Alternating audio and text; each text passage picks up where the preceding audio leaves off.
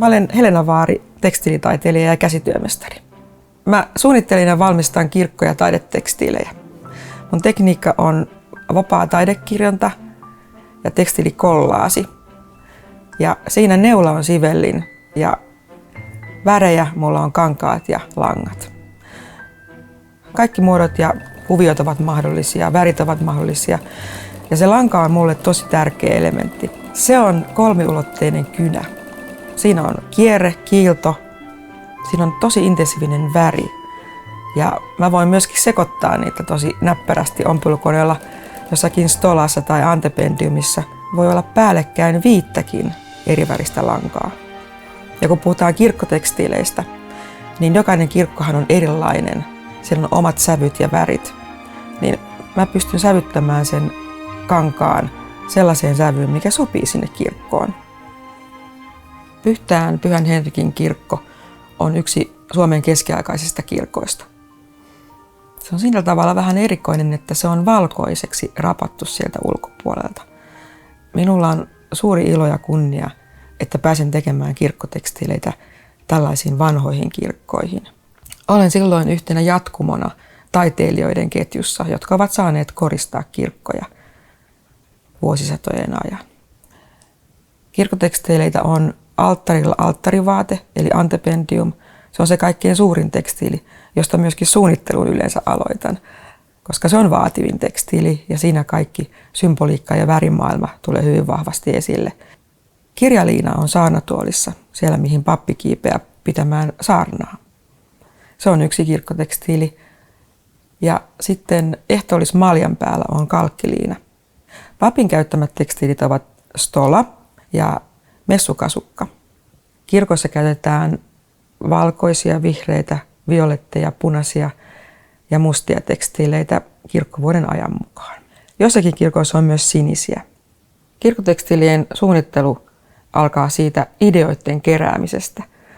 Ja mä haluankin, että mun ympärillä on seurakunnalta jonkinlainen työryhmä.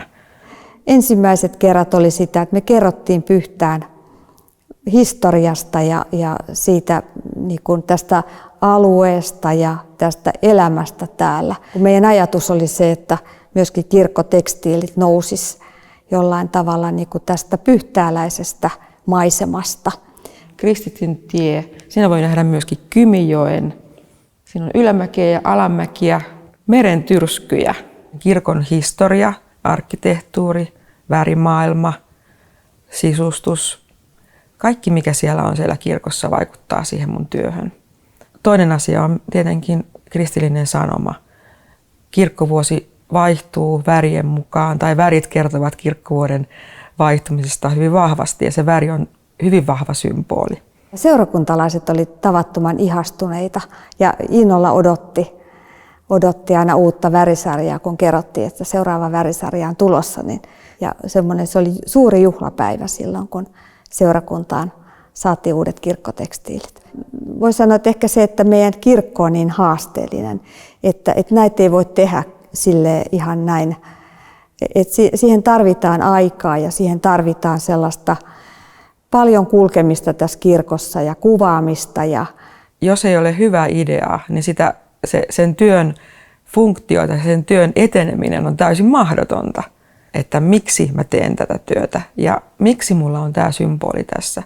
Tämä on syksypihlaja ja nämä kaaret, jotka tässä pihlajan oksissa on, niin niiden idea löytyy tuolta holvikaton kaarista. Punaiset marjat ovat veripisaran symboleita ja sitten on talvipihlaja, johonka mä oon muotoillut tuollaisen ristinpuun. Se on vähän tummemmalla. Kirkkotekstiilit ovat osa messua ja jumalanpalvelusta kirkoissa.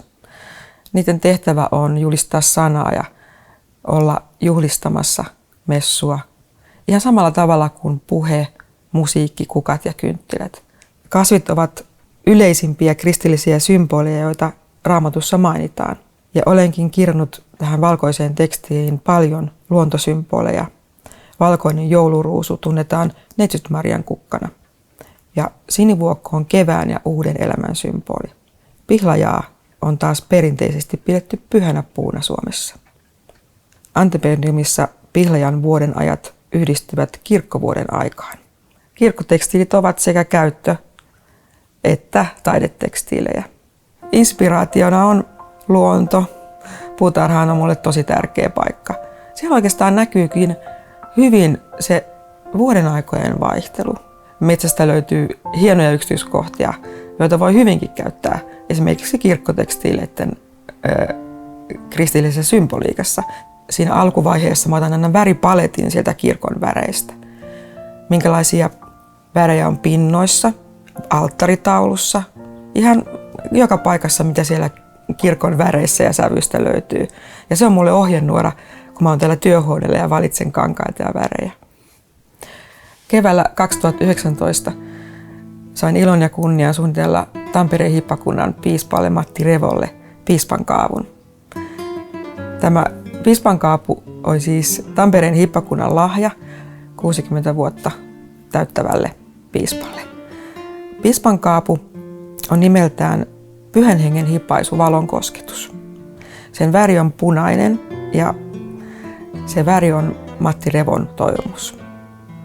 Väräsin itse sen punaisen kankaan. Piispankaapu on piispan juhla- ja työasu. Piispankaavun symboliikkaan ja muotokieleen olen yhdistänyt Tampereen tuomiokirkon arkkitehtuurin kansallisromanttista tyyliä. Piispankaavun kankaat ja langat ovat erittäin laadukkaita. Ne ovat villaa, silkkeä ja puuvillaa. Ja piispankaapuhan on tosi suuri vaate. Olen myös miettinyt sen ergonomiaa, koska piispa Repo joutuu tekemään siinä paljon töitä ja kulkemaan maakunnassa ja eri seurakunnissa. Materiaalit ovat mahdollisimman rypistymättömiä ja helppohoitoisia. Kaikki kirkkotekstiileiden osat on ajateltu. Mä oon ajatellut ne tosi tarkkaan, että miksi mä teen tämän näin, minkä takia mulla on tämä symboli tässä tai minkä takia tämä sommittelu on se, mihinkä mä oon päätynyt. Jokainen kirkko on erilainen ja mä teen aina uniikit tekstiilit jokaiseen kirkkoon. Kaikki tekstiilit on hyvin onnistuneita ja semmoisia, että seurakuntalaiset pitää niistä. Jopa niin, että on sana kiirinyt, että on ihmisiä, jotka tulee muista seurakunnista ja ne haluaa nähdä meidän kirkkotekstiilejä.